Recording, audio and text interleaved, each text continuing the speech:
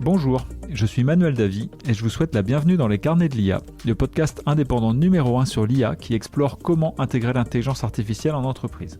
Dans chaque épisode, je reçois des experts qui partagent leur retour d'expérience, par où commencer, quelles bonnes pratiques adopter et comment transformer concrètement votre organisation. Les Carnets de l'IA est un podcast de la Cité de l'IA. Un grand merci à la Fondation MMA des entrepreneurs du futur qui soutient votre podcast.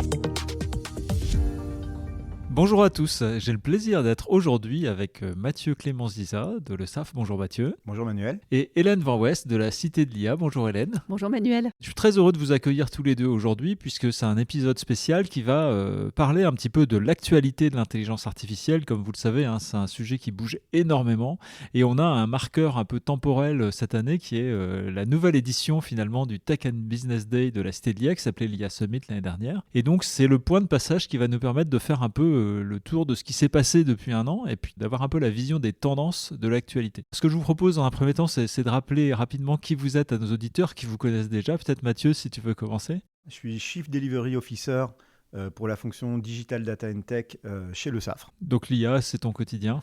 L'IA, c'est notre quotidien à Le SAF.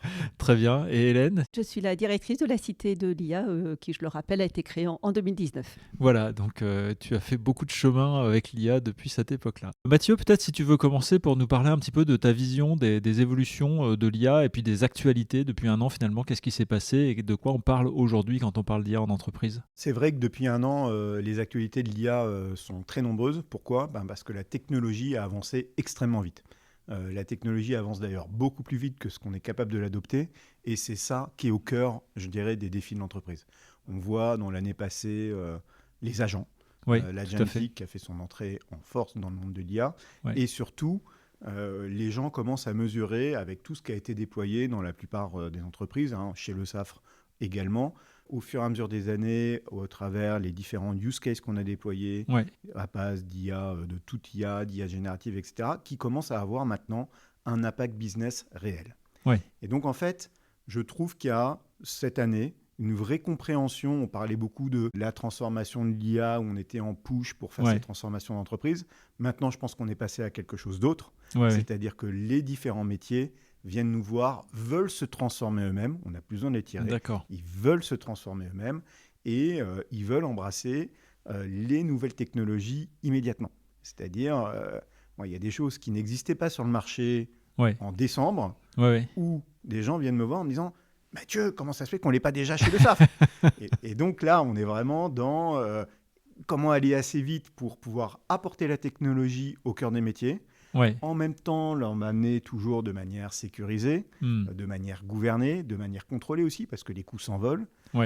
Donc voilà, aujourd'hui, c'est les problématiques avec l'agentic qui est là et qui va, tout le monde le voit, révolutionner complètement nos façons de travailler. Et qui vient dans tous les métiers, quelle que soit l'activité des personnes. Je me souviens, Hélène, quand on a commencé avec la Cité de l'IA, on était encore à l'explication de ce que c'est qu'un RAG, de ce que c'était qu'un agent. Alors maintenant, on voit à travers ce que dit Mathieu qu'on est plus dans l'implémentation. Par rapport à toi, ton observation de l'évolution, notamment dans la constitution du programme de ce Tech and Business Day, est-ce que tu vois quelques tendances aussi qui s'incarnent par des interventions qu'on va avoir à cette occasion ? La partie agentique est très présente. On essaye de la représenter à travers différents secteurs d'activité pour vraiment montrer la palette du champ des possibles pour ceux qui seront présents.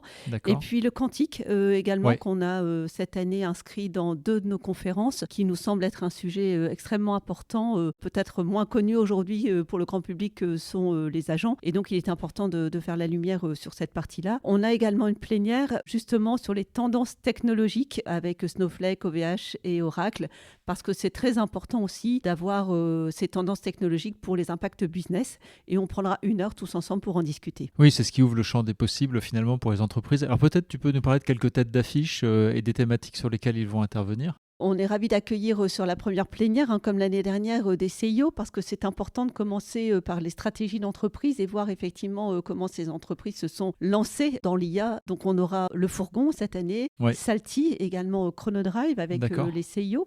Donc on est extrêmement contents.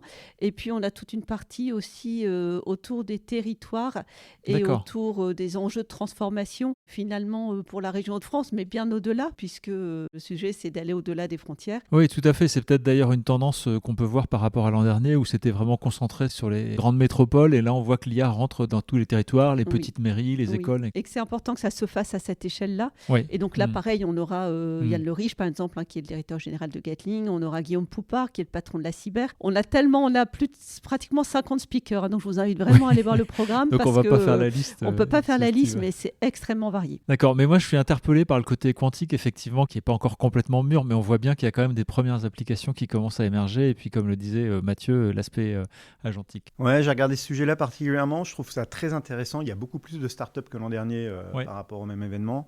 Il y en aura plusieurs qui vont venir sur plusieurs plateaux avec des thématiques spéciales. Et en plus, chose que je trouve particulièrement intéressante, il y aura une intervention sur comment les grands groupes comme le mien peuvent travailler avec des startups et peuvent faire de l'open inno et réussir à amener l'IA, les technologies de façon beaucoup plus rapide en embarquant des startups digital natives dans son écosystème. C'est vrai qu'on savait historiquement que les startups ont une meilleure capacité d'innovation que les grands groupes, mais là, avec l'IA, c'est fortement accentué. J'ai cru comprendre également qu'il y aurait des délégations internationales. Hélène, si tu peux peut-être nous en parler. Oui, alors c'était un de nos enjeux pour cette année, effectivement, par rapport à la première édition, c'était d'inclure des startups ou des représentants de l'étranger. Donc on a la chance d'avoir des représentants des startups qui viendront de Grande-Bretagne et également Taïwan. Donc vraiment, on est très très contents.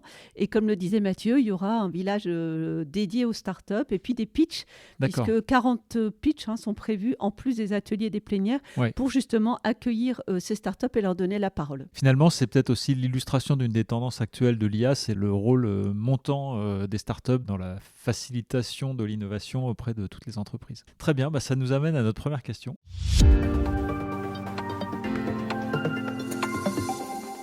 En février 2025, le président de la République a organisé un grand sommet international sur l'IA à Paris. Il organise cette année encore le 12 juin avec le conseil régional ici à Lille un événement international qui sera d'ailleurs quelques jours avant le G7 et quelques jours avant l'événement de la Cité de l'IA. Est-ce que finalement c'est pas aussi un témoignage du fait que l'IA devient un sujet extrêmement d'actualité pour non seulement les entreprises mais aussi le grand public ? L'événement qu'on organise à la Cité de l'IA pour la région s'inscrit dans une semaine particulière qui est le festival IA avec nous, qui va embarquer beaucoup d'événements autour de l'IA à travers une organisation qui est sponsorisée entre guillemets par la présidence de la République, organisée par le Conseil régional des Hauts-de-France.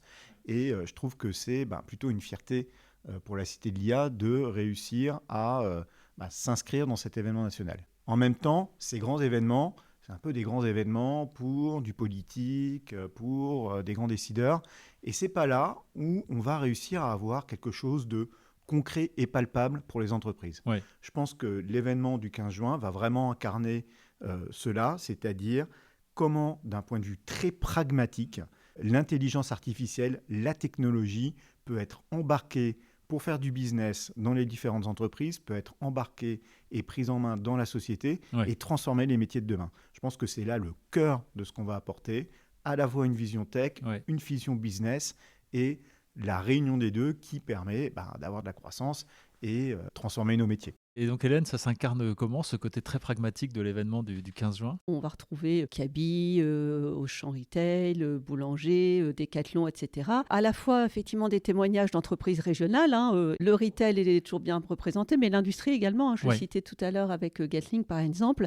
Et puis on a à côté de ça aussi des témoignages plus nationaux, avec notamment Schneider Electric, avec Orange Business, Le Bon Coin également. J'ai cru voir Nestlé également. Nestlé Europe, vraiment, on est ravis parce que c'est cette diversité de témoignages qui va faire de cet événement, mais comme l'année dernière, une vraie réussite. Et on retrouve à travers la programmation l'ADN de la Cité de l'IA, c'est-à-dire beaucoup de cas d'usage, beaucoup de témoignages et de la coopération. Et je pense qu'à travers ces deux mots-clés, cet événement va être une véritable réussite. On l'a vu l'année dernière, on a nous-mêmes été surpris effectivement des témoignages enthousiastes qu'on a eu à l'issue de ça et on souhaite la même chose pour cette année. J'ai vu qu'il y avait aussi des moments plutôt bien adapté pour les PME et les ETI, notamment sur la partie adoption très concrète, notamment avec le témoignage de Mick Levy qui sort un livre IA Mania d'ailleurs ces jours-ci. Tout à fait, on est ravis de l'accueillir. On l'avait déjà accueilli l'année dernière, mais c'est un vrai plaisir. Une approche effectivement très pragmatique et puis voilà, qui parle à tout le monde avec une facilité effectivement d'expression. Mais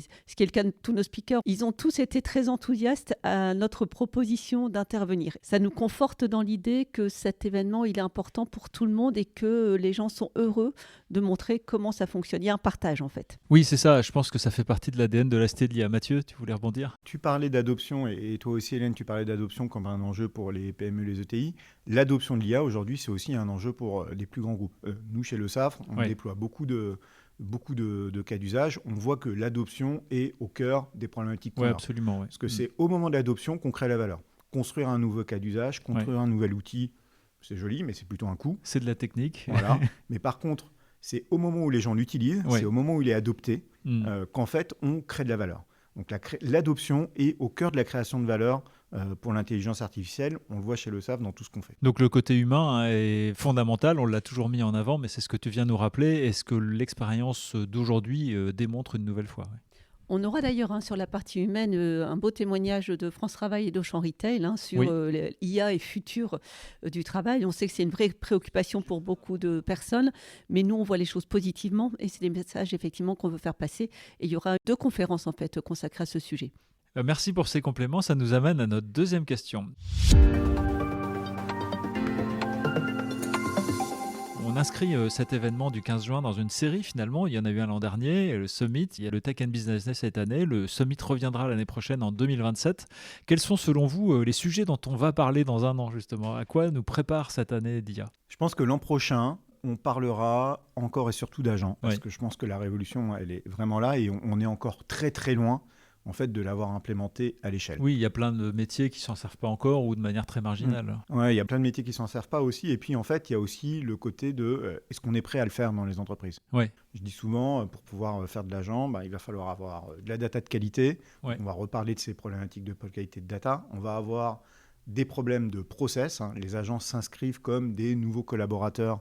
Et donc, si nos process ne sont pas clairs, on ne sera pas capable d'adopter ça. Tout à fait. On va avoir tous les problèmes technologiques qui restent là. Pour pouvoir utiliser des agents, il faut des plateformes agentiques, il faut réussir à avoir une techno qui est à peu près gouvernée pour l'ensemble d'un groupe.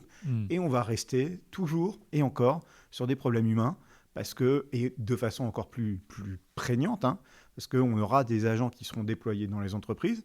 Et la question des collaborateurs sera maintenant, comment je collabore avec un agent ? La question des managers, c'est je manage une équipe d'humains et une équipe d'agents. Comment je fais pour faire coexister ça ? Là, je pense qu'on va rentrer dans des transformations qui sont fondamentales de l'ensemble des métiers de l'entreprise. Tu as très bien expliqué ce que j'ai coutume d'appeler, moi, le People Process Data Algorithm, et dans cet ordre-là, qui est un fondamental de l'IA en entreprise. Merci pour ça. Une autre problématique qui va être très forte et qui est déjà forte cette année, c'est la transformation, j'ai envie de dire, de nos métiers, des métiers de la tech. On voit aujourd'hui que c'est les premiers à être impactés. La façon dont on développe et dont on code n'a plus rien à voir. Absolument.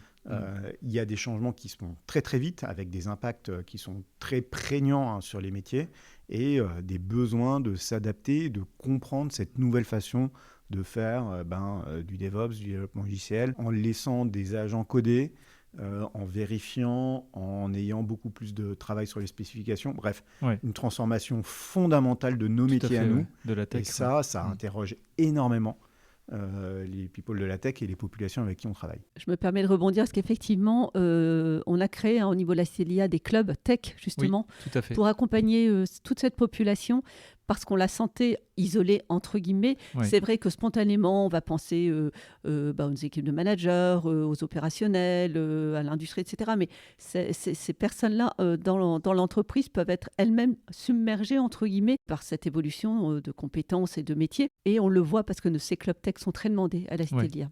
Et puis, ils ont le droit et besoin d'être accompagnés comme n'importe quel autre métier. Comment tu vois les choses pour dans un an ? On essaiera l'année prochaine, toujours à travers des cas d'usage et des représentations d'entreprise, de voir comment tout ça se met en œuvre.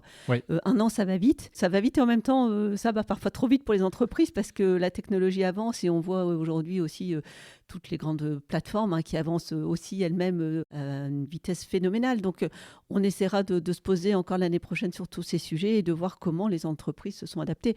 La partie managériale est effectivement très importante. Il y a une inquiétude quand même des entreprises, du citoyen. Donc, il faut qu'on montre à travers nos cas d'usage comment tout ça s'articule. C'est important. Oui, puis je pense qu'on peut aussi rappeler ce qui est à la base, à l'origine de la Cité de l'IA, c'est-à-dire la volonté que la population, les entreprises bénéficient de l'intelligence artificielle, donc que ce soit une intégration harmonieuse.